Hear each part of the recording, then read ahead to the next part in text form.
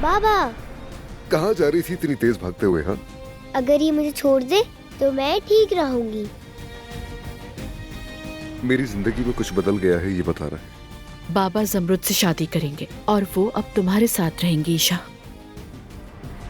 फातेह, देखो मैं आपके लिए हैमबर्गर लाई हूँ। हाँ ना, मुझे भूख लगी है। मेरे सामने मत आया करें, मुझे आपसे नफरत है।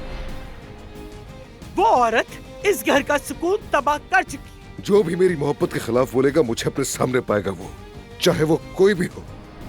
तलत को फोन करो और उसे कहो कि काम शुरू कर दे। चलो देखें जमरुद बीबी, अब तुम ये सब किस तरह संभालोगी।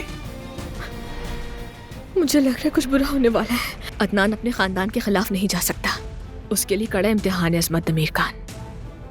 अगर तुमने मेरी बात नहीं मानी और उस औरत से शादी की, मैं इस खानदान की हर चीज तुमसे ले लूंगी।